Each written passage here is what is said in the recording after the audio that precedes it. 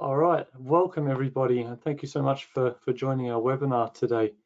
My name is Matthew Laskay. I'm the chair for the Institution of Mechanical Engineers Scottish region, and I'm really pleased to be bringing this webinar to you alongside the SPE, Society of Petroleum Engineers for Aberdeen as well, and we've got a fantastic team lined up for you today. Just before we begin, I think it's a good time to mention about 2020 has been a pretty challenging year for a lot of people personally, but it's also had a bit of a knock-on effect for our jobs. With people, they're working under different conditions than they'd be used to doing normally. You know, there's lots of events that have been cancelled, a lot of them have been postponed. And unfortunately, this includes conferences such as the one we had planned for earlier this year. But don't worry, we've got it scheduled for March next year, which we can talk about a little bit in a bit. But to get us all in the mood and thinking about what's coming up, I'm pleased to be able to present this webinar as a bit of a warm-up event and as a bit of an understanding into some of the challenges that are affecting the integrity of some of our big industries and providers at the moment. So just before we get started, a couple of technical details that I'd like to talk about. If you've got any technical issues, please stick them in the chat box there. On the side of your screen, there's a couple of, if you press the button there, there's a little arrow, and you can actually type in questions. So myself and Robin, who I'll introduce to you shortly, can see all of those messages come up. So please make sure you stick any questions in there. And we've also got Suzanne helping us out with that. If you have any questions throughout the webinar, feel free to put them in the chat box. And we're going to have an open question and answer session with all of the panelists towards the end. So start getting your questions in early, and we'll go through those and see what we can get through. Hopefully we can get through as many as possible by that point. So stick them in there, or you can leave them at the end. So yeah, anything that you want to put through. We'll also be taking microphone questions if we can get your microphones working later on, but if not, please stick them in the chat box. Also, feel free to introduce yourselves there, and we can see there's an excellent amount of people on today. I'm really pleased to see how many of you have joined in and get that. We've also got on the screen there the technical support phone number. So if you can't get through with the questions with the chat for help, Suzanne's there on the end of the line with the technical support to help. If you'd like to talk about anything, there's also, for those of you who are familiar with webinars, there's a little hand, so you can stick your hand up and put your hand up for a question. So let's get underway then. Enough of the technical housekeeping things. First off, what I'd like to do is introduce to you the chair for the conference that we've got coming up. I'm really pleased to introduce you today Robin Hastings. He's the Mechanical Static Technical Authority for CRISOR, and as I said, he's the chair for the upcoming SPE IMechE conference that's going to be taking place on the 3rd and the 4th of March next year. So welcome, Robin, and I've got a few words I think you'd like to say to everybody before we get going. Hi guys, and hi Matthew, thank you very much for the introduction. Thank you all for joining us today. As Matthew said, it's looking like a good turnout, so hopefully we can get some good discussion going on the back of this. So as Matthew says, this webinar is really intended to keep the conversation around asset integrity live.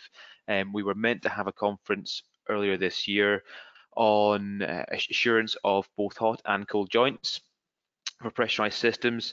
This conference was born out of a conference that happened last year on alternatives to welding, which was looking at pressurized systems, but really alternatives to carrying out hot work offshore. But we also did manage to bring in other industries as well, which was quite interesting. This year we were looking to make it more broadly around other techniques, sharing good practice on management of joint integrity, and obviously it was meant to be April this year. It got pushed back till December.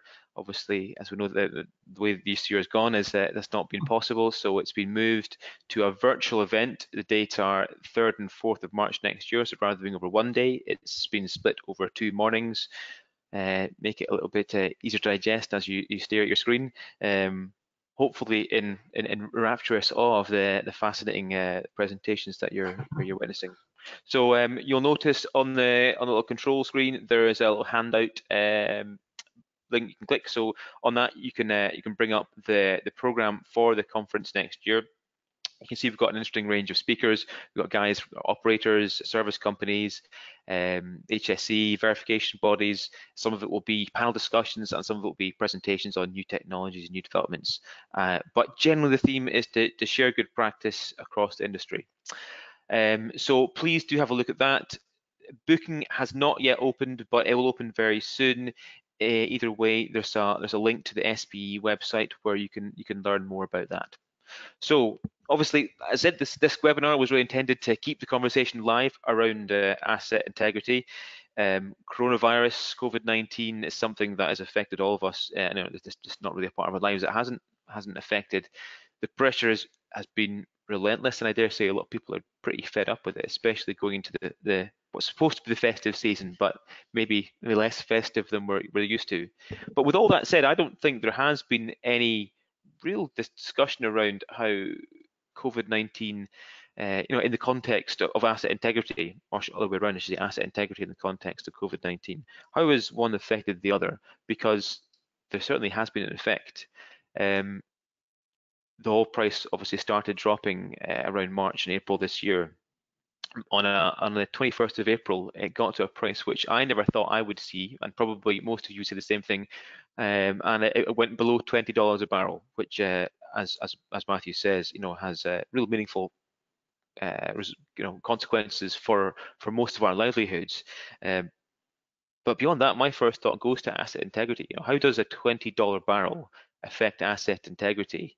In theory, it shouldn't have any effect, because we don't do, and I genuinely believe this, we don't operate in a way that's unsafe, but it certainly puts pressure on people, real pressure on people to work differently, and perceived pressure, because we know it puts concerns in your mind that your employer's under financial pressures, and maybe you won't have a job at some point in the future. So we had to find new ways ultimately of working to survive in this environment. We have to work safely, but ultimately it's a business. We have to find ways to work profitably as well. For me, in my own personal career, I find myself extremely busy as a result of this. Most of my friends were talking about all the box sets they were watching and how much free time they found and different hobbies they could take up. But that wasn't my experience at all. Because of the FPS guys, Forties Pipeline System, their response to the lower price was to move their 2020 TAR to next year. That obviously has wide-reaching consequences for asset integrity. There's a whole bunch of stuff that we decided at some point last year that we had to do it this year. It had to happen. But as a result of them moving their TAR, all of our plans had to change. So we had to find new ways of assuring our asset integrity with whilst deferring some work, which we'd really planned to do this year. We've been deferring it already, and this was the time to do it. So that has forced us to work really hard to pull all that together. A lot of that comes in the form of additional inspection, which is even more difficult because we've down-manned assets, we've sent guys away. There's whole new conversations that have to happen in order to get guys offshore. At least they did, during the middle of the year when we were really at the kind of the peak of the response. So there's no doubt that there has to be some underlying effect on asset integrity. But it doesn't all have to be bad. Some of this stuff has forced us to work smarter as well as reducing costs. So I think there can be some good things. So the last thing I'd like to say is, I hope as part of this discussion, we can talk a little bit about, what have we learned from this? There's a lot of things we've had to do differently. And I very much hope we remember how to work the old way quickly. Things like working face to face and being able to shake people's hands. I miss that, and I think that is a positive thing for our working relationships, and ultimately a positive thing for asset integrity, I suppose. But there's some things that we have to hold on to, some things that we should hold on to because they're useful. But also, actually, I think there's some things which have forced us to re-baseline our thinking on what is ALARP, what is as low as reasonably practicable. So in terms of some of the stuff we've put in place around, medical checks, medical screening checks for sending people offshore, we're not going to be testing everyone, I hope, in the heliport for coronavirus, but some of the checks we put in place, I don't see that we're going to be able to roll back on them in future. That what we consider to be the ALARP good practice level, the tolerable level, that new baseline has been set, and I suspect that will be forevermore. So perhaps we can have a little talk about that, but as usual, I've rattled on for far too long. I'm going to pass you back to Matthew Lasky, who's going to introduce the first panelist.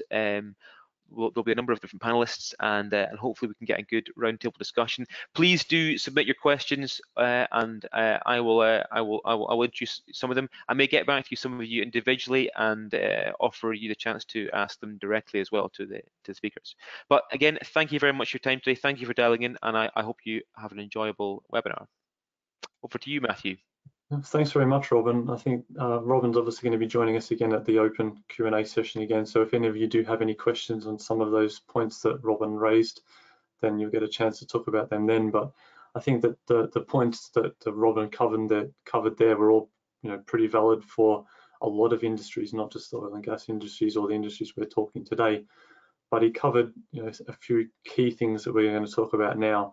And I'm really pleased that we've got a really good panel of presenters coming up for you over the next 45 minutes or so. So first off, I want to start with a dual presentation. We've got two people for the price of one here. We've got David Glass and David Shutter from the HSE. David currently heads up a team of professional mechanical engineers within chemical, explosive, and microbiological hazards division. Have to give me the big words to start with. A team that's responsible for managing research and other policies with mechanical integrity. The team also inspects hazardous installations with a view to duty holder arrangements with integrity management there. Daniel's spent the last 35 years working in the field maintaining asset integrity as well, mainly with aging plant in hazardous industries.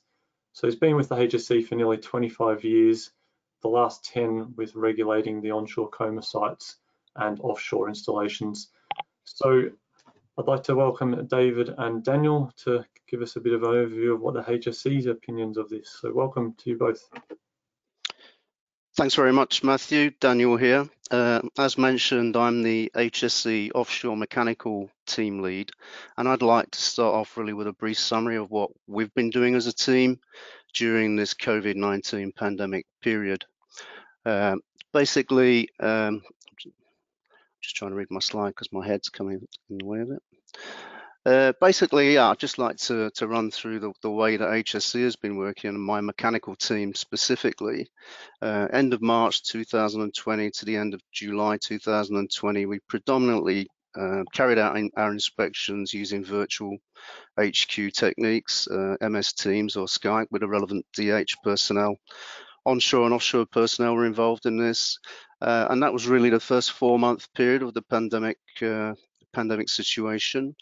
During that period, we had relatively few mandatory investigations, actually, where an offshore trip was required. So a lot of our work was virtual. And actually, as it turned out, these virtual inspections worked very well, actually, for certain areas of our portfolio, such as maintenance and inspection. I think in terms of inspections, they provided a very good overview of how duty holders were managing inspection and maintenance with reduced manning levels offshore as a result of the pandemic. Not such a good case when you're trying to look at lifting practices. Obviously, you'd like to be out there checking on lifting activities, checking on planning meetings, toolbox talks, etc. Obviously, that's impossible to do remotely. Going forward, it's possible that we will be doing more virtual HQ work, certainly as HQ inspection work, onshore inspection work prior to offshore inspections, incident follow-up work, etc. And I think it's a useful tool. We've proved that it can work, but it's not a. We've still got to go out and do our offshore inspections in order to validate what we're finding from these HQ inspections. Now, my following slides just give you a sort of a brief overview of what we've found during that first 4-month period. I would say that it's based on a very small sample set, 12 to 13 inspections, mostly virtual HQ inspections. So I'll just move on to the next slide. So how have we found COVID to be affecting integrity management in terms of inspection, routine maintenance, etc.? Well, what we did find, the majority of the focus was on safety and environmentally critical elements, and at that point there were no significant increases in SECE backlog. I think since then, you know, with the fact that COVID has gone, you know, has been remaining, it's caused problems, and SECE backlogs, deferrals, etc., are on the rise. We saw this specifically on PSV recertification, which appears to be a widespread issue, certainly from the 12-13 inspections that we carried out. Fabric maintenance and other non-critical work doesn't appear to be being completed. There is certainly increased deferrals and an increase in non-critical backlog. In terms of inspection, in some cases, there has been no offshore integrity engineer presence offshore, but there's been contactable onshore. In other cases, in terms of inspection, it's been pretty much business as usual. And actually, certainly up to the end of July, beginning of August, there were very few cases of vessel entries being deferred until the next major turnaround. Now, in terms of impact on planning, preparation for turnarounds, campaign maintenance, yes, we've seen a lot of TARs postponed, but we've also seen a lot of mini TARs, mini shutdowns being introduced. Robin's has just talked about the Voltage pipeline system shutdown.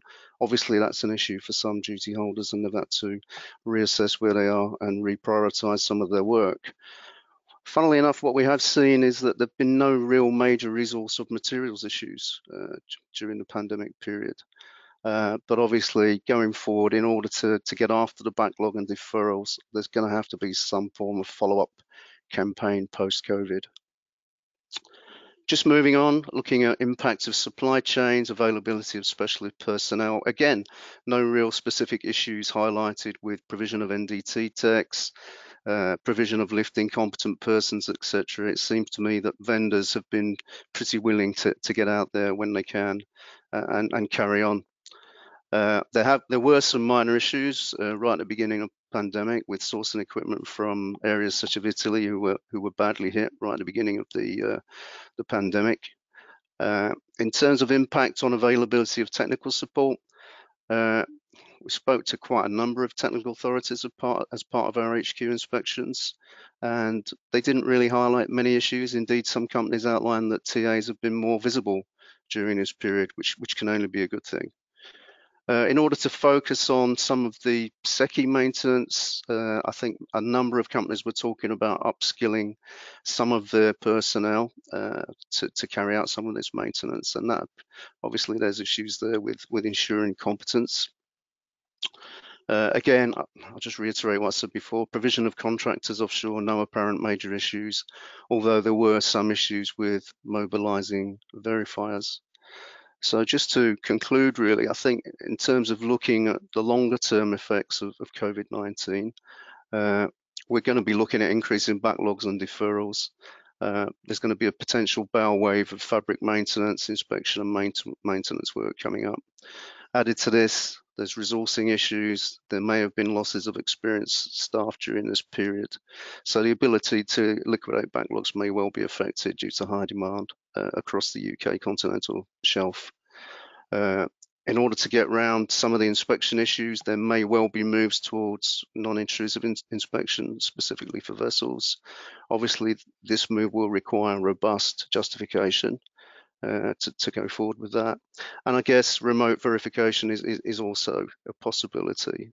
So really, I'd just like to conclude. I think what I can say is that going forward, the offshore mechanical team will continue to focus on backlogs, deferrals, inspection postponements, and anomaly management. Firstly, we need to ensure that the right controls are in place to prevent levels of backlog from escalating further. Once you lose control of your backlog, it's incredibly difficult to get back on track. Secondly, we need to ensure that there are plans in place to remediate the maintenance inspection related work that may have been delayed or deferred as a result of the COVID-19 pandemic. So I hope that's given you a bit of a flavour of what we've been doing offshore. I'll now pass on to my colleague, David Glass.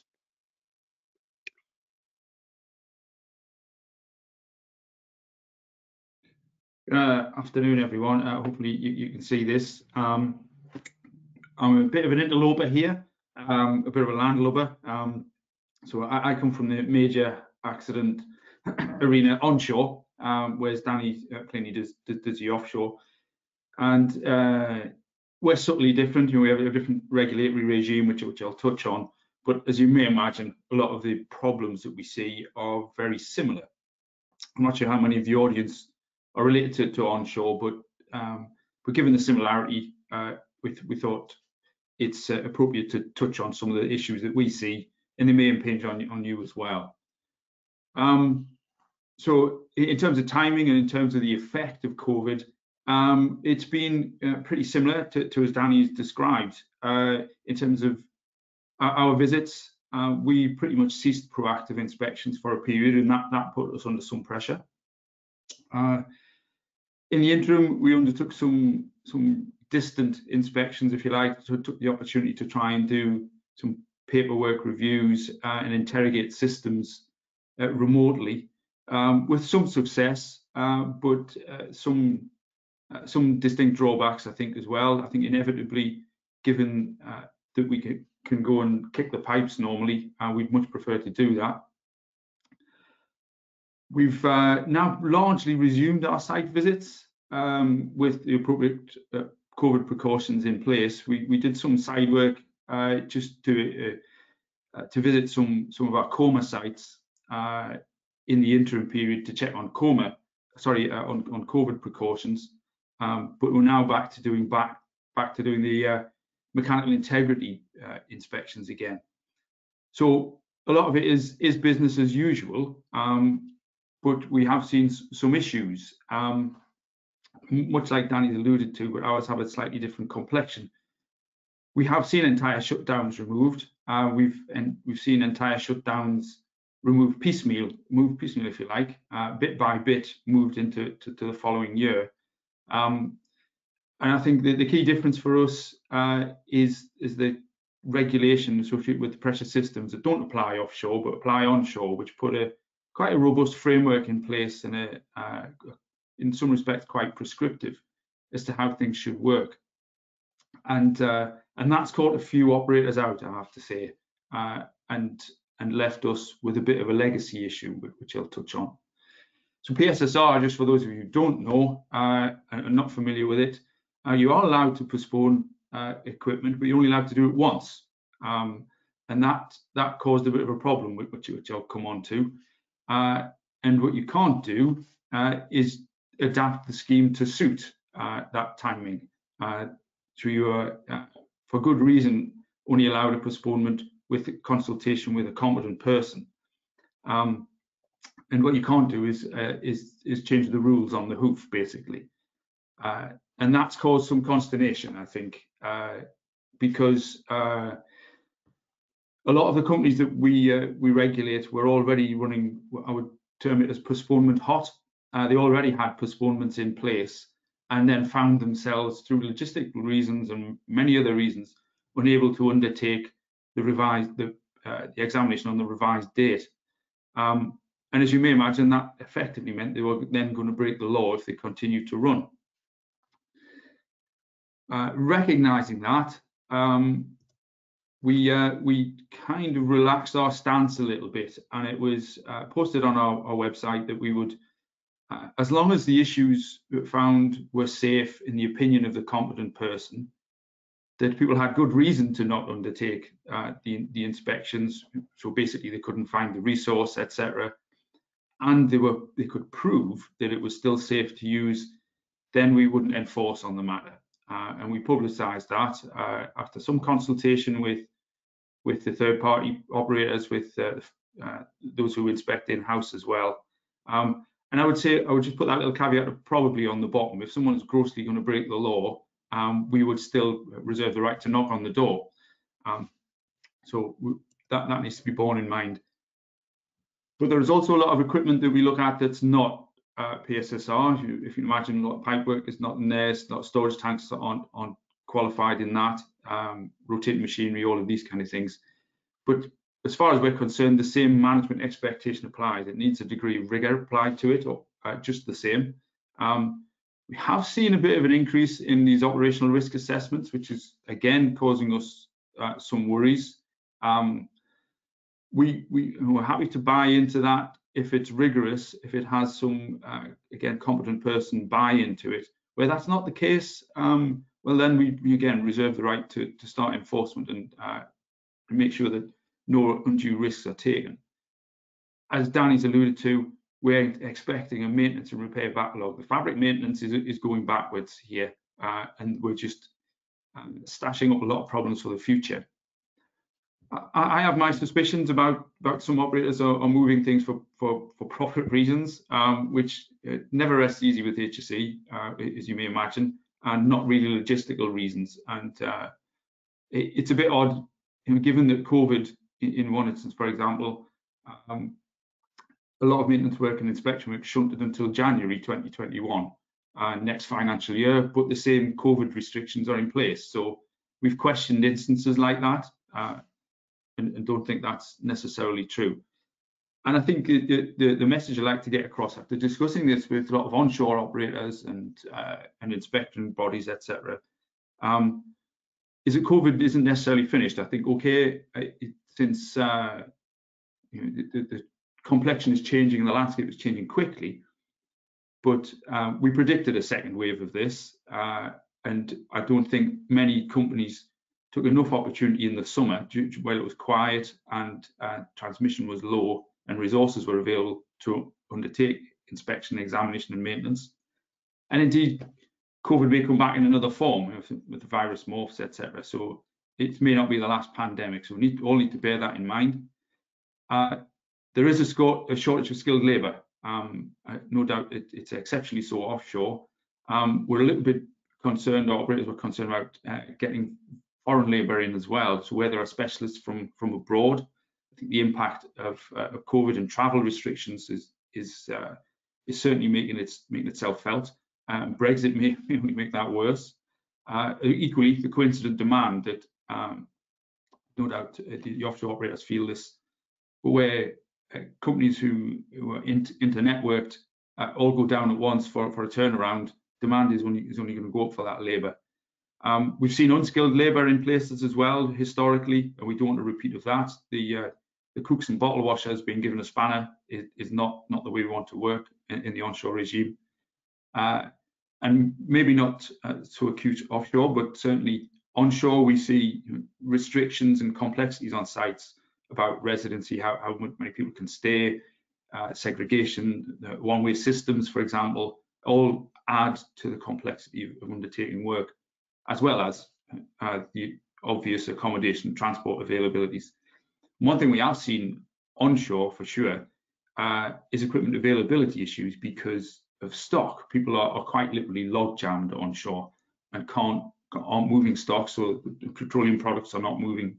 All crude tanks are full, etc. So fairly obvious, I would suggest. I think the one last message, where we've put regulatory flexibility in place, please bear in mind it is temporary. We would like to go back to something close to normal that we had before, that we were quite sure of. So the relaxation is short-termed, and hopefully normality, whatever that may be, returns soon. So that's it from me, and I look forward to any questions towards the end. Brilliant, thanks very much, David. I think that maintenance deferrals or inspection deferrals are always something that people get a little bit hesitant about and a little bit unsure about. So the fact that you've talked about a few of those areas, I think there might be a couple of questions to come through about deferring maintenance and deferring inspections and things. So definitely a very relevant area at the moment. There was one quick question that came through from Daniel before I move on. What is HQ? I'm not sure when you mentioned HQ or whether you can answer that now or we can ask it at the end, but there was a question came through. You might have said at some point what HQ is. So I can answer that now, Matthew, if you like. Go for it, yeah. Headquarters. Oh, it was headquarters, okay. Yeah, it's just headquarters inspection. Yeah, no problem. Thank you very much. All right, excellent. So next up, we're going to hear from an operator or a representative from an operator. So I'd like to introduce our next speaker, who is Stephen Page. He's the piping and pressure vessel engineer with Total. and he looks after the piping vessels and valves, the TA for technical authority, if we don't want to use acronyms for those areas as well. He's worked in the industry in piping through his engineering, chief engineer, and various roles. So I'd like to welcome Stephen Beige as our next speaker. Welcome. Thanks, Matthew. Apologies in advance for everybody if there's a manic dog barking going on. If the Amazon delivery man turns up, the dogs will go nuts and nobody will be able to hear me, but so I might have to mute my microphone for a few minutes. You'll hear a lot of echoes of the previous presentations from Daniel and David and Robin in my presentation, but I'll get cracking on with it. And if I can remember how to share my screen. You can see that now, Stephen. All right, great. Okay, so the operator's perspective. A lot of these issues, as I said, will be just echoing what you've heard previously. There's been, particularly in the early days of the pandemic, there was a massive reduction in offshore personnel. As things have stabilised, we've managed to bring those numbers up to something more approaching normal, but we've still got a lot of logistical problems. For instance, we're down to single man cabins on most, particularly older installations. The cabins are designed to be 2-man, so we're having to split between days and nights, so you don't have the same person in the cabin, and so you reduce the load on communal areas like the canteen and rec facilities. So that imposes a lot of logistical problems, and when you've got sort of teamwork that needs to be done and you've got half people on days, half people on nights, when you've got things like over the side working, which could only be done really on days, and it creates quite a lot of logistical problems. You've also got the problems of absenteeism due to people having to self-isolate, pro-mobilisation, COVID test failures. I can speak about COVID tests with authority because I just had one a couple of hours ago. Not the most pleasant thing in the world, but it's not the worst either. We've got logistics problems as well, supply chain delays, not actually as bad as everybody thought it was going to be, but it's certainly an issue. It can be also difficult to mobilise specialist personnel, and this seems to have actually got worse, if anything, lately, with COVID being very high in certain areas of the UK. You know, you get people up to mobilise and they fail a test and the wheels come off the plans.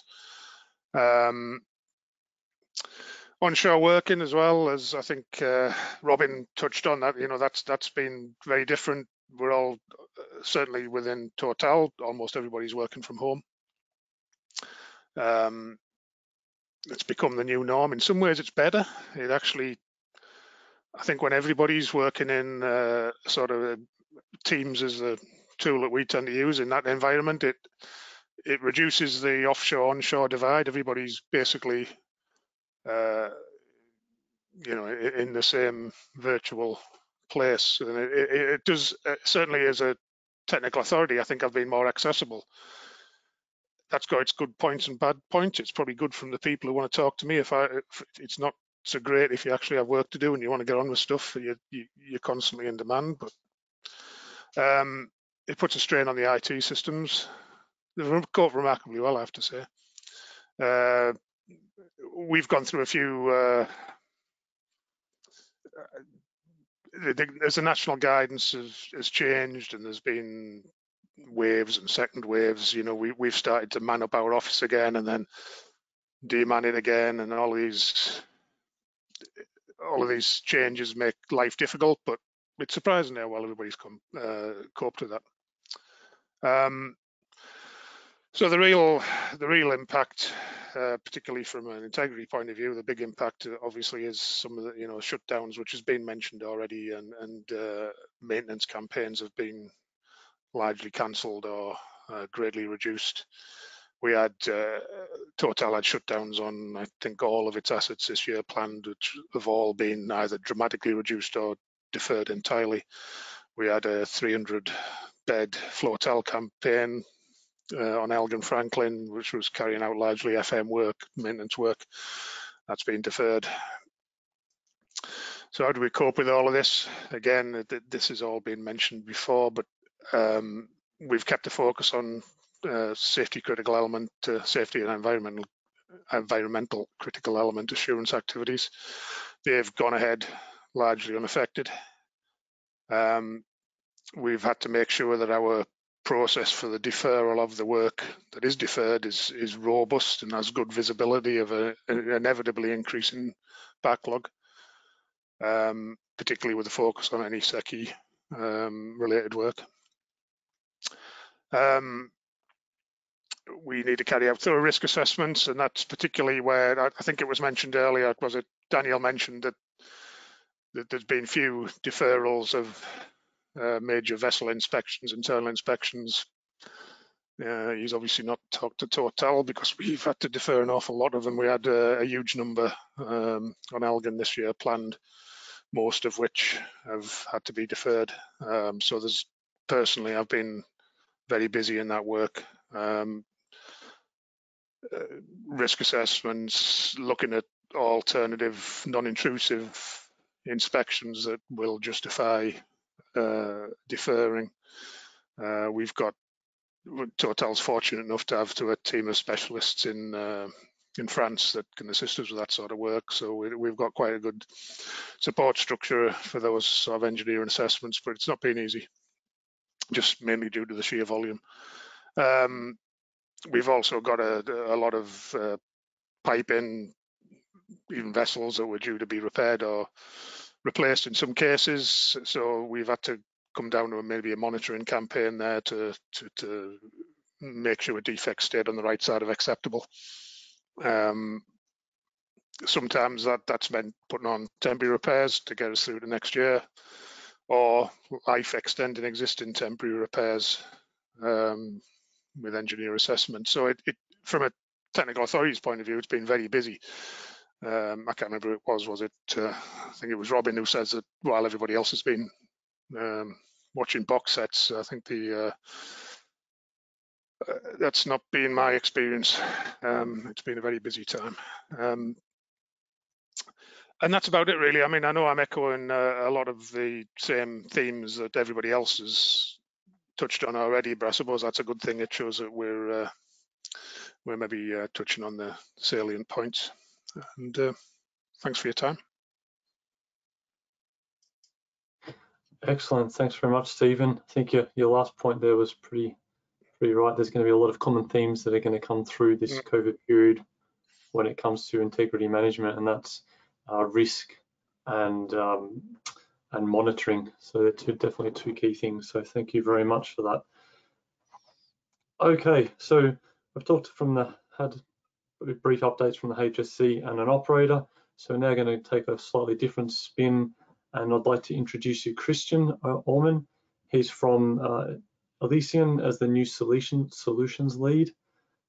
They've spent the last 10 years working with North Sea operators, focusing on web-based solutions to meet operational requirements and looking at data between onshore and offshore teams. Their main focus recently has been on digitizing processes around joint management, looking at to improve efficiency and accuracy, so it's particularly important at the moment. So I'd like to welcome Christian as our next panelist. Thank you, Matthew, and hello everybody. I think it's perhaps an idea to take a look at some of the project work that we've been doing around asset integrity management during the pandemic period. We work typically with operators and with service providers of engineering services and asset management services to those operators. And with our customers, we looked at the beginning of the pandemic, we looked at how to prioritize projects, and we looked at a couple of different axes. And one was using maintenance as an example, so looking at a time scale.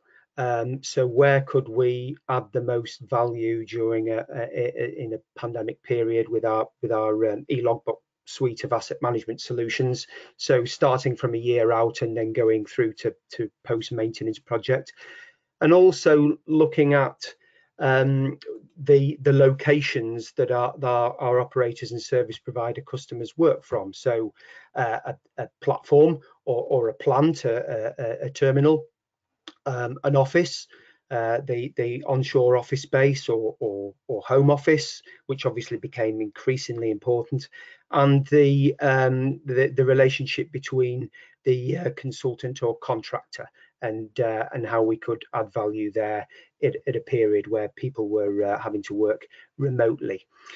So we looked at a fairly typical approach when it comes to the best value add bang for buck, if you like, for asset management, is trying to look at the maximum amount of asset management work that we could be doing, integrity management work we could be doing in this area here, where you've got more availability of resource and less time sensitive than you are during a maintenance or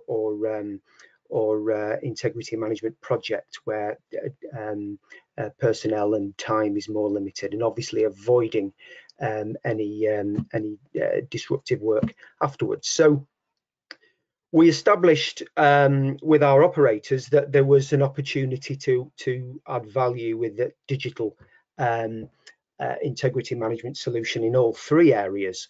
But the project that we started with, which was in March of this year, so fairly early on in the pandemic, was an attempt to try and truncate the integrity management process offshore, and that was by exporting the information that we had in our joint integrity management solution, in this instance a digital solution, exporting it to tags, to the tagging of joints. So moving from a handwritten joint tagging offshore to virtual tagging and using a pre-printed tag. And that project was successful as a project offshore, but it had very limited impact in terms of the pandemic. And this was the feedback we got as recently as a couple of weeks ago. And the reason for that was that people offshore in an integrity management capacity were working in a bubble.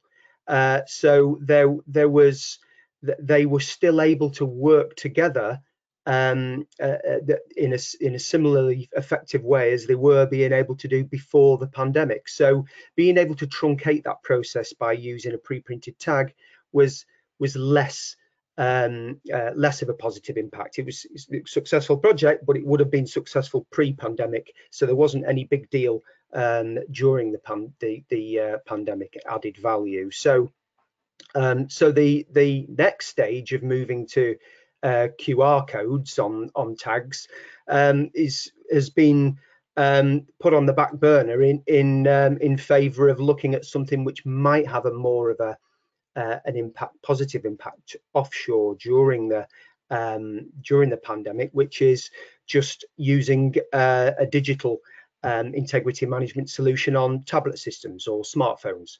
That's perceived to be of more value because it means that even offshore, people can actively add a narrative to the integrity management work that they're doing without all being located in exactly the same place, and they can work offline and work over 4G. So that was an early lesson that we learned during the pandemic.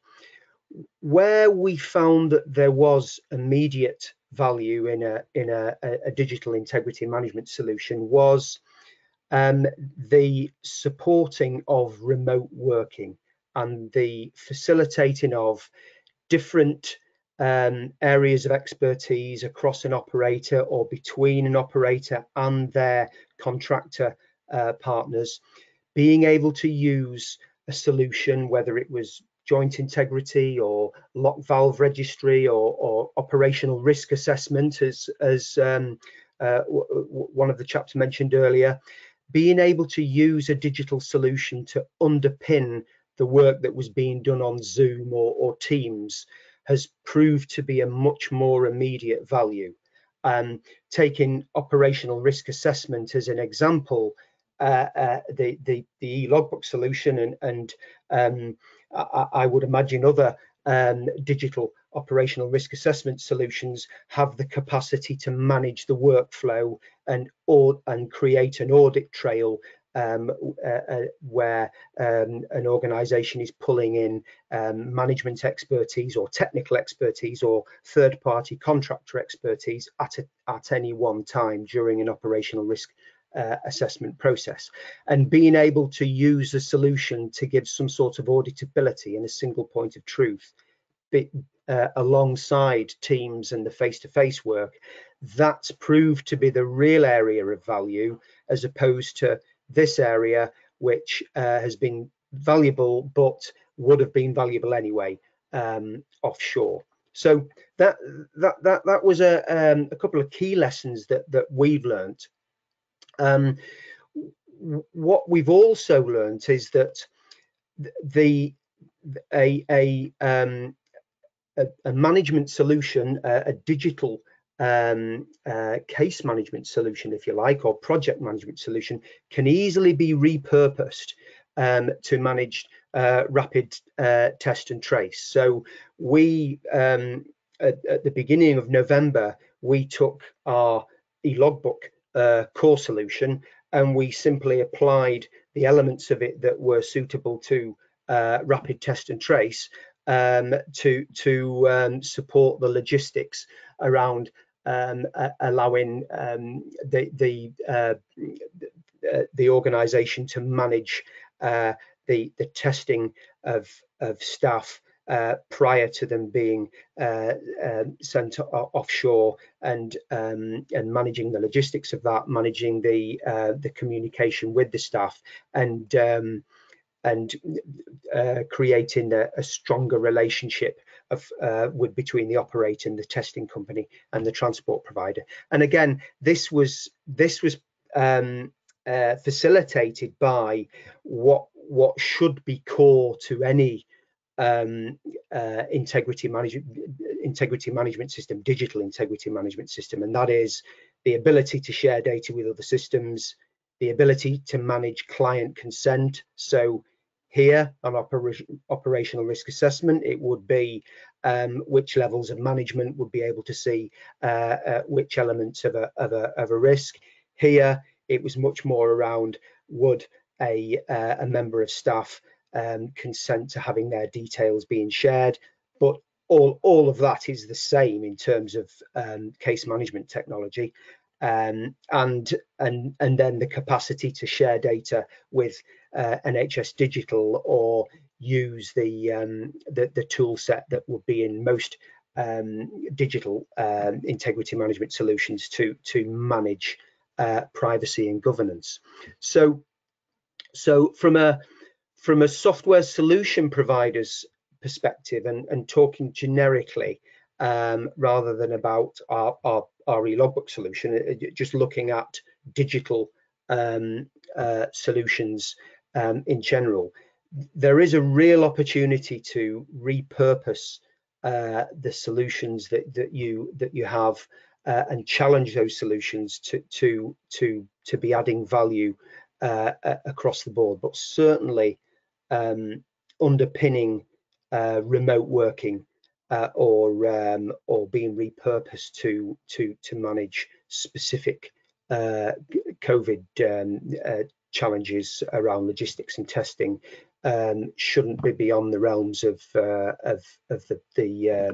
web-based solutions that are available. So that's kind of what I wanted to say from a solutions provider perspective.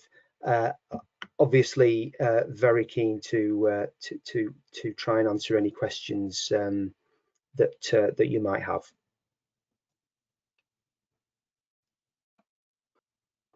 Excellent. Thank you very much, Christian. So it's good to see we've had three very different perspectives of views on that. One's from the health and safety executive, one from an operator, and one from a solutions provider. But I think there's a common theme that seems to be running through all of these. So what I'd like to do is throw it open to the panel. If all of the panelists can now stick their cameras, microphones back on again, and I'd like to welcome you all back again. So we've got Daniel and David from the HSE, Stephen from Total, and Christian, who should be still there on the line, and Robin, if you want to join us as well. And we'll get through some of the questions that we've been getting through on our chat box. Please keep the questions coming if anyone's got any else. So, okay, so the first question, I think it looks like it was for either Daniel or David, and it's around pre-COVID deferral processes. Perhaps they weren't suitable or appropriate for the challenges we've got now. So how have they changed in terms of time scale, completing maintenance before COVID versus the last 6 months?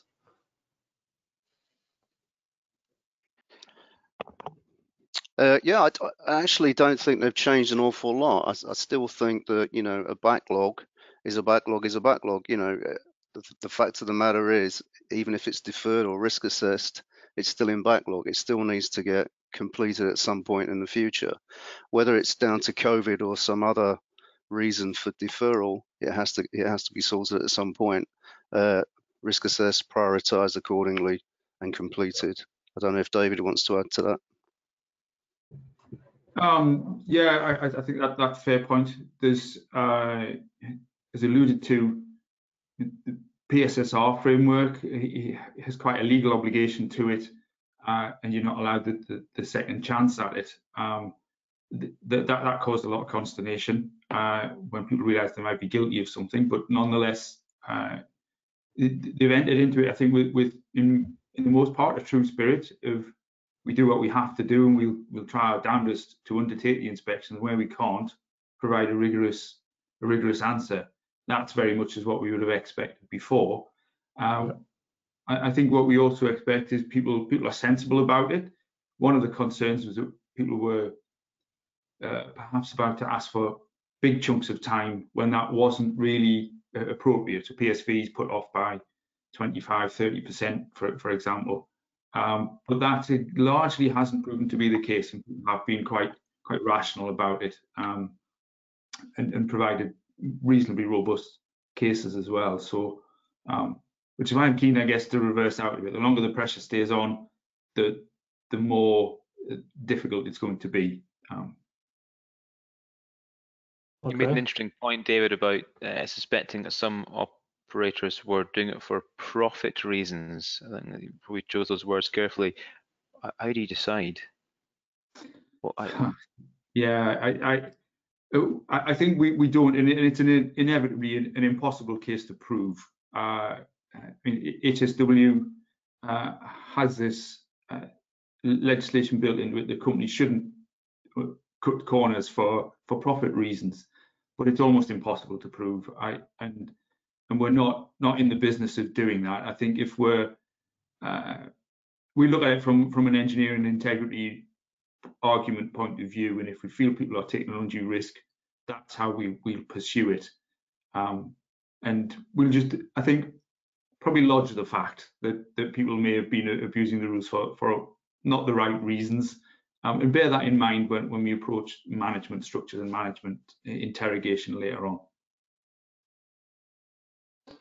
Yeah, I think that's a good point. Risk is risk, isn't it? Regardless of what we do, so we've got to assess it based on the risk, but sometimes it's hard to identify the basis behind it. So, all right, thank you. The next one's for Steve. This is a longer question, so I'll just read it out as it's written. Was there a case where an equipment or piping was identified to reach the end of design life and planned for replacement in 2020, or a loss of thickness locally identified for 2020? Was the repair done or mitigation measures put in place for reducing allowable working pressures? Did we have any instances where we identified thin piping that, yes, for sure, that was scheduled to be replaced? So what do you do there? I mean, first of all, you carry out fitness for service. So if you have got enough margin to get your to see you through to 2021 with a reasonable future corrosion allowance. If you think you do, you're probably going to need to put a monitor in just to make sure it's corroding at the rate you expect it to. If you don't think it does, we have temporary repair options, and we have had to apply a couple of temporary repairs on defects that would have otherwise been replaced in 2020 and didn't end up being. Reducing working pressure, in my experience, it's rarely possible, to be honest. The design pressure of the system is usually set by a PSV or a pump shut-in head or something that is difficult to change.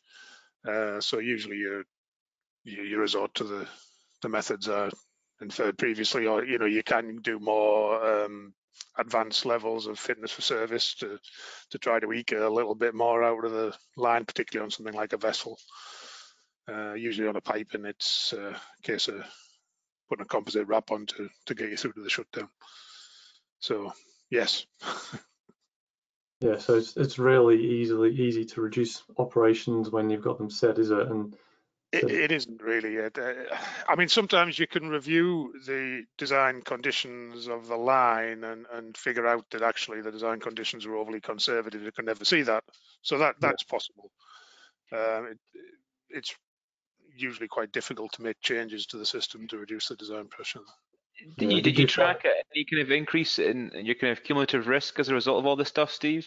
Because I'm thinking not just in your remit, but the pressurized stuff relates to lots of other disciplines, and obviously it can be interactive risk. Yeah, that is one of the really hard things. I mean, each issue, defect, deferral, whatever, is subject to a risk assessment. How these all come together in a cumulative way is a really difficult thing to do.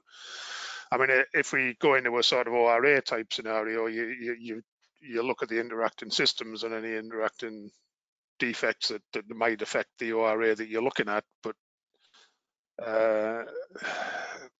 yeah, that's a tricky one. Yeah, tricky one. We do our best. But as a result of COVID, you don't see that your operating risk increased?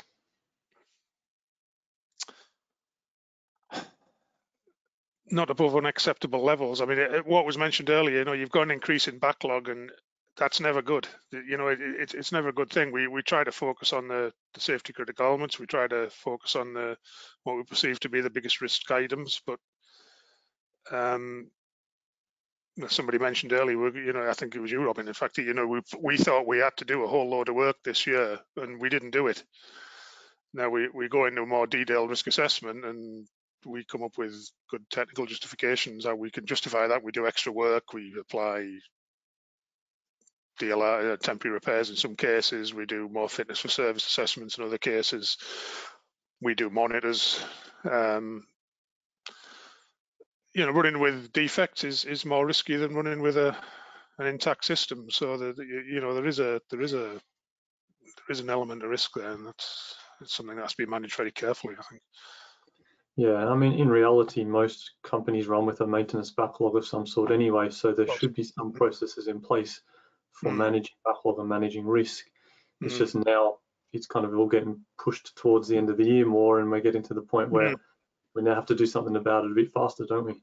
Yeah, I mean, when you come to a risk in terms of doing a fit for service assessment, obviously, whenever you have a line that has a defect, you're eroding your safety factors, and you do assessments, but those assessments are all based on trimming down the factors of safety a wee bit over the original design code. So there is undeniably there is you are juggling with risk there.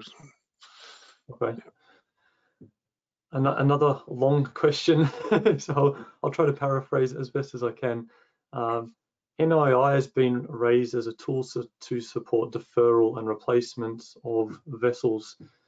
The recent HOIS revision to G103 has made some differences to previous DNVGL versions. What's the HSE view on these as being acceptable or not acceptable? Do you want me to answer that one, David? or try. Yeah. Thanks. Yeah, I think, don't get me wrong, NII is a very useful tool, especially in this case for, you know, deferrals and helping that out as a monitor. It's got its place, and I think you know, it may well be in some circumstances a very good tool to use. In other cases, it won't. Depends on the duty, depends on the inventory, etc. And I think the hoist document has taken on board the potential consequence of failure in more detail than the previous DMV GL103 document. I think the consequence of failure is now quite key. You've got to take that into account right at the beginning before you even think about doing a non-intrusive inspection. You've got to make sure that, you know, it's going to give you at least as good a data as an internal visual plus all the additional add-on NDT. David, do you want to comment on that? I think that's well said. From the onshore perspective, some years ago we commissioned some research undertaken by TWI, and they came up with the view that if there's a high consequence event associated with a piece of plant, well, non-invasive is just highly unlikely to be suitable, and that's really the mantra that we stick with as a starting point. That's not to say we can't be swayed, and don't recognise the fact that technology advances, the NDT techniques, external NDT techniques, and indeed some invasive but without putting people in at risk helps matters too. So there are more and more tricks, there's more weaponry can be deployed with this, but you really need to bear in mind that if there's a major accident risk associated with a piece of plant, can you live with the consequences? And I think the other thing to say is, I don't know, Matt Blackburn said this previously, that we can't really be trading risk here with a personal risk with a major accident risk. Often we've seen the fact that invasive schemes do work, and it is still reasonably practicable in some instances to go in. So it's a balancing act, and I think inevitably going to be the case. But that's not to say we're not an enabling regulator. We look at each case on merit and try wherever we can to accommodate these kind of things and recognise the advances in technology, etc. All right, yeah, good. Thank you very much. I think I've got a question for Christian. Robin, have you got one, or? Yeah, I want to come in for Christian. I mean, so it was really great to see that you've managed to find new opportunities in this crisis, and I think that's a really good kind of mark of a good dynamic company, that they can look for new opportunities and find them, you know, where otherwise it's a challenging environment. I was just wondering, do you see that there's going to be a long-term change in the way that you speak with clients and how you go about developing new business? Yeah, I think so. I think I mean, we're fortunate in that our only other area that we work in is other than oil and gas is government, and one of the common things between those two areas is that they both rely on being able to pull expertise from lots of different places and into one meeting. And so we're finding that our route forward to working with people in the oil and gas sector is much more around the generic things that are demanded of a digital solution, a digital case management solution in the government sector, or a digital integrity management solution in oil and gas. And those core things are just the ability to easily push and pull information from other systems, which, given the advances in technology and APIs over the last 5 years, should be very straightforward. So being able to share that data and being able to sit alongside teams is and provide everybody with a forum. They're core things there, but they should be basic things, and so we're just focusing on those, because that's what's as opposed to the very specific things that relate to integrity management, which actually, again, because it's easy to make systems more flexible than it was even 10 years ago. And I guess this is always going to happen anyway. This is always, you know, a natural progression. But with what's happened this year, it's really accelerated a lot of that stuff, I think. Yeah, exactly. Yeah, good point. It's just people are, it's almost like getting back to basics. How do we, yes, we can all see each other on a Teams call, but if then we're all putting information into a spreadsheet, and then there's 25 spreadsheets knocking around, then actually what you need is a single point of truth, and that technology is there, that digitizing forms is there. It just needs to be made available. I found lots of different company IT systems and features and things in Office 365, which we've had for years and I've never really taken advantage of, but now I find that actually quite useful. Yeah, definitely. All right, good, thanks. From a little bit over time, so I've got 2 late-minute questions that have come in, so really quick, short answer questions. I think we've got time for those. So one of them's for Steve again. How is the life extension defined for the repair life made?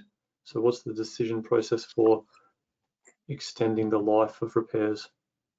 Are we talking, I suppose it depends what type of repairs. If we're looking at things like composite repairs, defined life repairs, temporary repairs as we like to call them, Total has some guidance on that, in that if it's a safety critical system, it's got a 2-year life.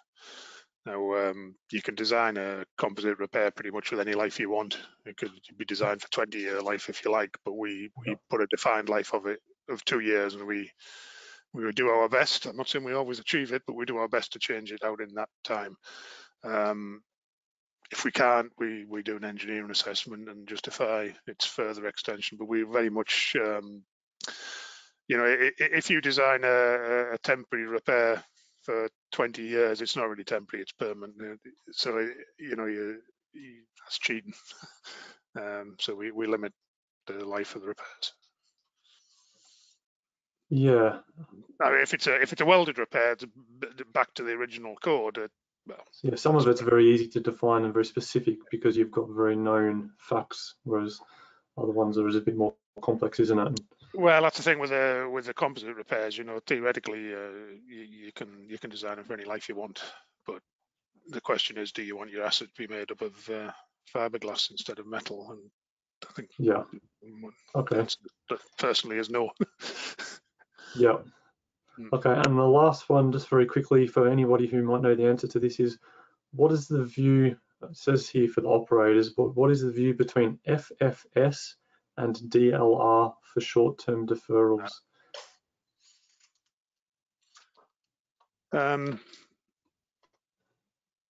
I'll have a, well, I mean, the different things, obviously, a fitness for service would, hopefully the outcome of that would be that it's fit for service till the next outage when it can be replaced. Obviously, if the output of the fitness for service is that it isn't, well, then you can look at defined life repair options.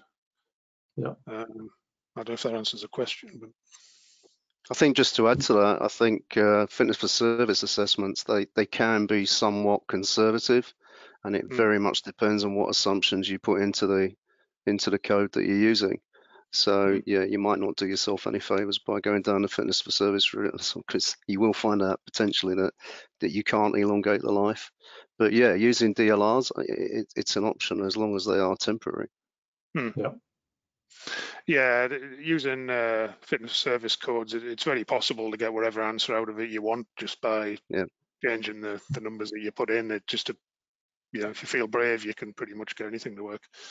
But statistics can tell it you goes everything. back to the risk thing that I mentioned earlier. You know, yeah, you need to make sure that you can sleep at night. Yeah. Yeah. Okay, brilliant. Thank you very much. Has anyone add before we finish up that we've not already covered? Robin, can't hear you. That was the other way around. It had to be someone doing a mute fill today. It had to be me. Just to thank all our panelists for taking the time to participate today. I really appreciated your contributions. Yeah, thank you. Yeah, brilliant. Yes, so thanks, like Robin just said, thank you so much for all the panelists for taking the time out to prepare. I know, as you've all mentioned, you are very busy despite what's going on in the world. You know, maintenance never rests. So thank you very much for volunteering your time for this. And of course, thank you to Robin, who's going to be the chair for the big event coming up on the 3rd and the 4th of March. There's details which should be coming up on the chat box or on the screen shortly. And not forgetting Suzanne Robertson, who's behind the scenes, that's making all this work and making all the magic happen and doing a great job in getting our events organised for us. So please don't forget the main event that we're going to be covering on March next year is by a joint event by the SPE and the IMechE, both in Aberdeen. So please keep up to date with what's happening on LinkedIn. Both of those are doing regular LinkedIn posts and both on the websites. Tickets will be going on sale, and there is sponsorship still available, including opportunities to do short video adverts. Everything's online now, so short video adverts for some of the breaks and adverts for some abstracts. So keep posted. Please contact myself or any of the team if you want any more information. And thank you everybody for attending, and we'll see you all in a couple of months. Thank you. Thank you. Yeah, everyone.